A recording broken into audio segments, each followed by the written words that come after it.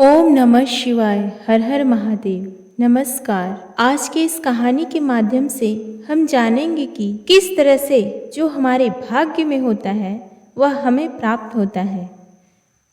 यह कहानी बहुत ही अच्छी है, अतः कहानी को अंत तक जरूर देखिएगा। एक समय की बात है, माता पार्वती और भगवान शिव आकाश मार्ग से कहीं जा रहे थे।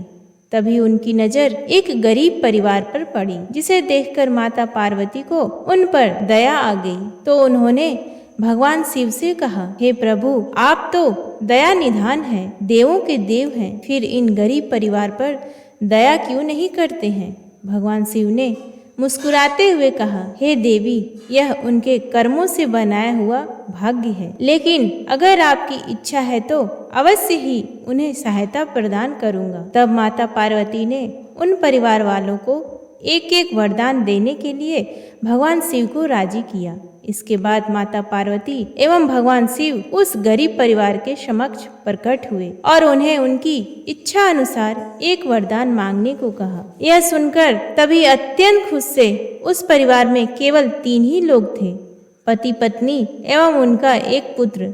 सबसे पहले महिला ने भगवान शिव से कहा, हे प्रभु, औरतों के लिए उनका सौंदर्य ही सबसे बड़ा धन होता है, अतः मुझे संसार की सबसे खूबसूरत स्त्री बना दीजिए। भगवान शिव ने तथास्तु कहा और वह महिला एक सुंदर युवती में बदल गई। तब उस महिला के पति ने अपनी पत्नी को इतना सुंदर देखा तो वह मन ही मन सोचने लगा, यह मुझे छोड़कर कहीं चली न जाए। इसलिए उसने विचार किया कि क्यों ना मैं इसे एक कुरूप राक्षस बनाने का वरदान मांग लूं। और उसने भगवान शिव से कहा, हे प्रभु, मेरी पत्नी को एक कुरूप राक्षस बना दो।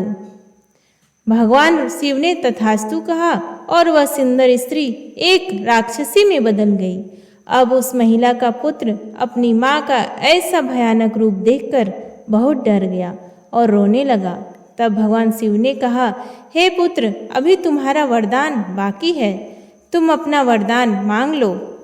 तो उस पुत्र ने रोते हुए कहा, हे प्रभु, मेरी माँ पहले जैसी थी उसे वैसा ही बना दो। भगवान शिव ने उन्हें तथास्तु कहा और वह महिला अपने वास्तविक रूप में आ गई।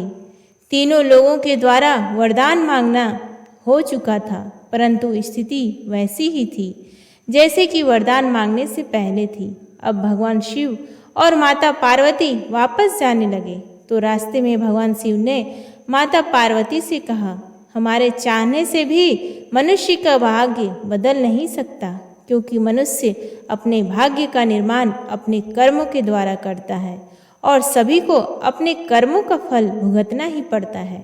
इस जन्म में नहीं तो अगले जन्म में हमारे भाग्य हमारे द्वारा किए जाने वाले कर्म से ही बनता है, इसे बदला नहीं जा सकता। जो जैसा कर्म करता है उसका फल उसे अवश्य ही मिलता है। भगवान शिव से जुड़ी एक और कथा आपको सुनाते हैं। आशा करते हैं यह कथा भी आप ध्यानपूर्वक सुनेंगे।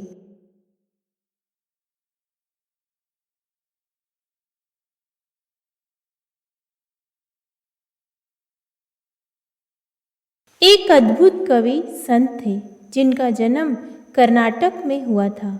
उनका नाम था दासी मैया। वह इतने अच्छे थे कि उन्होंने एक बार बहुत महीन और बहुत सुंदर पगड़ी का कपड़ा बुनना शुरू किया। बुनते बुनते उनको पूरा 1 महीना लगा। आखिर उन्होंने वह कपड़ा बुन ही लिया और क्योंकि उनकी कमाई भी इसी से होती थी, फिर एक दिन वह उसे बेचने के लिए बाजार ले गए।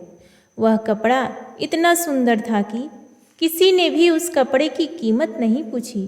सभी को लगा कि ये बहुत महंगा होगा। फिर वह अपने कपड़े के साथ वापस आ रहे थे। रास्ते में उन्हें एक बूढ़ा आदमी बैठा मिला। उसने दासी मैया की तरफ देखकर कहा, मैं कांप रहा हूँ, क्या तुम मुझे वह कपड़ा दे सकते हो? दयालु भाव होने के कारण दासी मैया ने वह बूढ़े आदमी को वो कपड़ा दे दिया। उस आदमी ने वह कपड़ा खोला और उस कपड़े के कई टुकड़े कर दिए। एक टुकड़ा उसने अपने सिर पर बांध लिया, दूसरा अपने छाती पर और दो छोटे टुकड़े अपने पैरों पर और हाथों पर बांधकर बैठ गया। दासी मैया बस देखते रहे। अचानक से बूढ़ा आदमी ने पूछा, क्या कोई दिक्कत है? दासी मैया बोले, नहीं, बस यह कपड़ा बस आपका ही है, आप जो चाहे कर सकते हैं। फिर दासी मैया उस बूढ़े आदमी को अपने घर खाने खिलाने के लिए ले गए, लेकिन घर पर खाने के लिए कुछ नहीं था।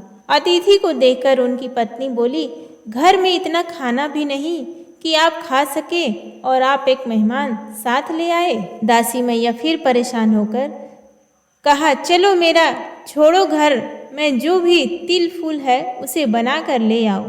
तो फिर क्या था, अपने भक्त को ज्यादा दिए असमंजस में पड़ा नहीं देख पाए। वह बूढ़ा आदमी और कोई नहीं, वह भगवान शिव थे। वह दासी मैया की हालत देख और अपने वास्तविक रूप में आ गए। फिर भगवान शिव एक मुट्ठी चावल उनके अनाज के बर्तन में डाल दिया। वह बर्तन अक्षय बन गया, भाव कि जिसका कभी अंत ना हो। उस बर्तन में फिर कभी भी अनाज खत्म नहीं हुआ, यानी वह कभी खाली नहीं हुआ।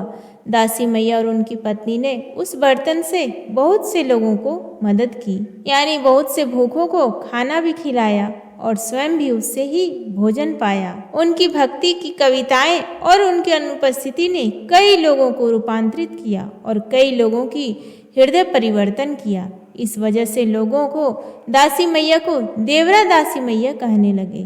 देवरा की भाव अर्थ यह है कि जो ईश्वर का है। भोलेनाथ को पहनने के लिए कुछ ज्यादा यातन करने की भी जरूरत नहीं पड़ती। उम्मीद है आपको आज की ये कहानी पसंद आई है, तो प्लीज़ वीडियो को लाइक करें, शेयर करें और कमेंट बॉक्स में ओम नमः शिवाय लिखना ना भूलें। धन्यवाद।